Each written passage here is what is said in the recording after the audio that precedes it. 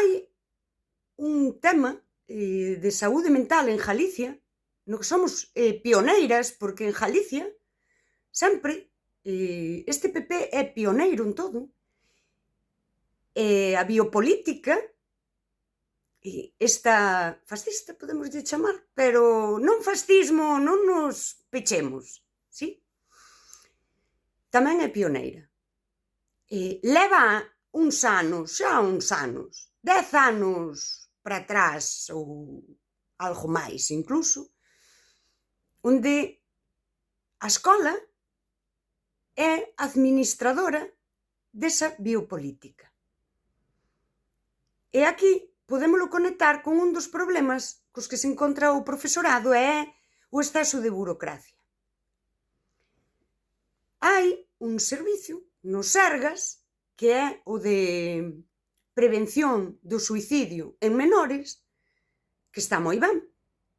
Eu, cando souben del e souben do funcionamento, pensei, guau, que ben está. E aquí ven o detalle, vale?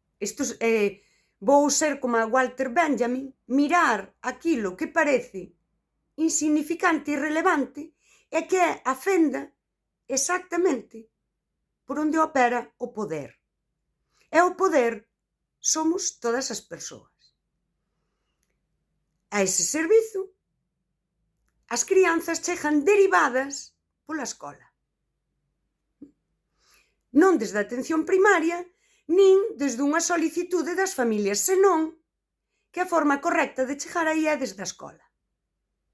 Aquí temos un problema grande de biopolítica, onde o poder decidiu que a saúde mental dos menores vai na administrar.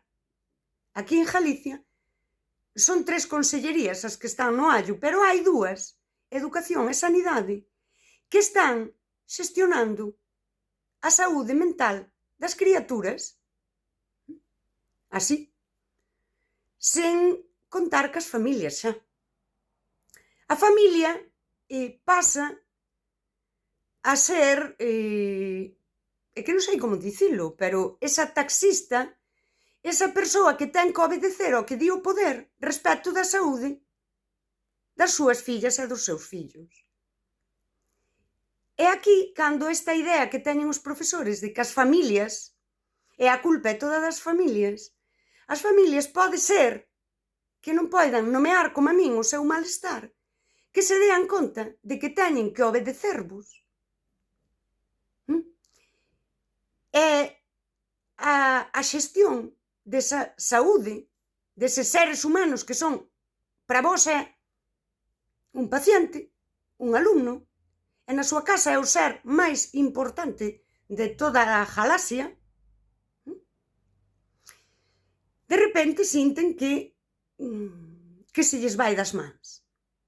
E isto crea un malestar. O máis das familias non van poder nomealo así, pero eu vou non nomear así. Non pode ser que a saúde das nosas fillas, dos nosos fillos, nos obrigue a obedecer. E non pode ser que 2 consellerías estean intercambiando datos sensibles das nosas fillas e dos nosos fillos case sin que nós poidamos dicir non, agora leva o que o dixo a escola. Ou peor, a escola non considera isto suficientemente importante porque os seus rapaces... A escola, ao querer exercer ese poder sobre as familias, que o fan dunha forma inconsciente, pero é unha colaboración co poder, sí.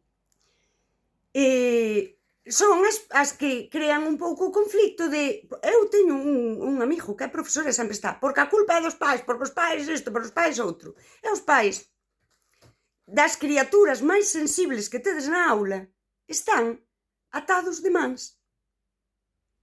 Están, moitas veces, opoñendo unha resistencia a esa obediencia que vós si estades exercendo. E cada vez que abrides un protocolo agarimo, a burocracia. Non vos impoñen horas de traballo pero sí que vos impoñen cumplir unhas normas para que poidades atender estas criaturas. E aquí van a risa. Eu collín por aquí un documento ao chou, porque tampouco eu lín moitos destes protocolos, pero bueno. Isto é a titoría unificará os criterios de actuación do equipo docente arredor das seguintes estrategias de prevención.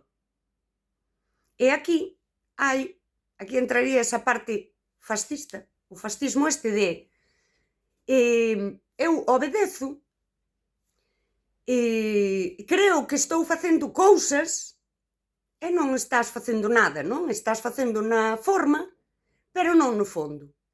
Abro o protocolo e agora fago uns informes onde eu teño que acreditar que se fan cousas tan espectaculares como crear un clima de convivencia positiva na aula e no centro educativo, no que se favoreza o benestar e desenvolvemento integral do alumnado.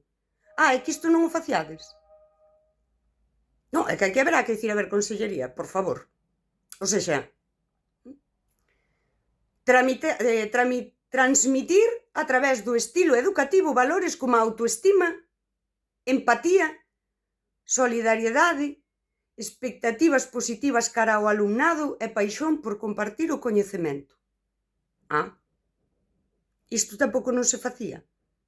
O seja, agora imos cubrir documentos onde imos dicir que somos profesores que non somos psicópatas, que facemos o noso traballo primeiro sabendo que temos seres humanos na aula. Vale. Adaptar o currículo á diversidade do alumnado para favorecer o éxito escolar. E aquí temos a historia das adaptacións curriculares. Adaptar o currículo require diagnósticos, require etiquetas, require clasificar a poboación. Hai máis tonterías así, organizar titorías grupais cos alumnados, asembleas, falar ca xente, realizar entrevistas afectivas con empatía nas titorías cas familias. Non, porque antes o profesorado eran todos uns ñus que non tiñan empatía cas familias, non sei, sabes? Isto, porque está en PDF, pero antiguamente diríase que isto é gastar en papel. Isto saqueino dun documento que se titula Protocolo de Coordinación, Intervención e Derivación Interinstitucional en Atención Temperá. E isto está en Política Social Interinstitucional. Cando falamos de transversalidade e horizontalidade, non debería de ser darlle ao poder. E repito, hai 2 consellerías en Galicia intercambiando datos sensibles do alumnado. E logo dicindo que as familias pasan de todo. As familias perden a capacidade de tamén ser recoñecidas como humanos, os humanos máis importantes nesas vidas, para ser, logo, xestoras de todo este entramado biopolítico, onde o poder lle dixo ao profesorado isto é así, cúbreme aí documentación e faime non sei que, pero como despois teñen que ir aos Sergas ou á política social, a atención temperá, ti agora obedeces o meu poder e exércelo sobre as familias para xestionar, clasificar, etiquetar a infancia. E cando o consigas facer, o poder daráche todos os medios que ti precisas. O poder non precisa para nada que ti, profesor, profesora, collas unha criatura cos seus datos persoais e fajas todo isto para que ofreza nos centros escolares unha atención a un problema de saúde mental que se imos a datos europeos, estes datos europeos, estes creo que son do 21, 22, válennos, porque isto non foi a mellor, onde sabemos que a prevalencia de trastornos mentais en menores entre os 10 e 14 anos estaríamos falando en Europa de un 14, case un 15% de nenas con algún trastorno mental e case un 16% en nenos. Entre os 15 e os 19 isto sube e falamos de que a prevalencia en nenas sube xa do 16%, non, en nenas sube do 18%, en nenos sube do 16%. Así que, a partir dos 15 anos, ademais, hai un repunte nas nenas para facer máis documentación, e eu decidín dicilo así, que convirte as vidas das crianzas máis sensibles na vida do bistec que comes, que ten unha trazabilidade que ti podes recorrer cara atrás ata chegar ao día que naceu. As vidas das crianzas non necesitan esa trazabilidade. O expediente escolar bastanlle os exames. É o único documento oficial que se precisa para avaliar coñecementos académicos. E a parte humana presupoñemos que está. Eu a solución non a sei. Pero eu doume conta que nos últimos 10, 12 anos entrou así a biopolítica e chamándolle atención á diversidade e moitas cousas, mas sempre ten que ser aquela diversidade que me encaixa en algún sitio. E sempre ten que estar administrada pola administración. A administración está administrando a saúde das crianzas. Administrar a saúde e a atención que reciben as crianzas non é atendela, non é ningún tipo de atención. Non sei a solución, mas eu creo que pasa por exixir e non dicir non queremos máis burocracia. Así como para que a xente diga son os larcháns. Senón dicir non queremos administrar a vida do noso alumnado e a das súas familias.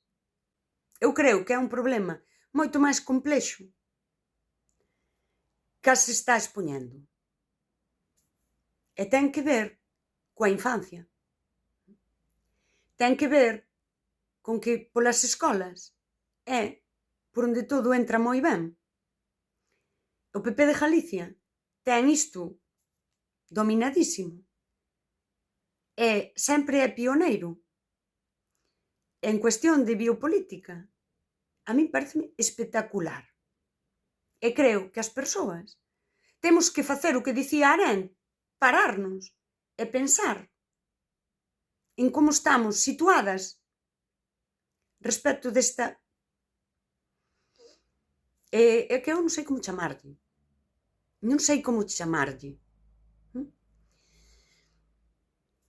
Pero eu nomeei o que eu opino. Que creo que soluciona parte do problema de carga de traballo do profesorado. Que non é un problema de carga de traballo do profesorado, é un problema de administración da saúde, da identidade, dos corpos e, por suposto, das mentes das criaturas.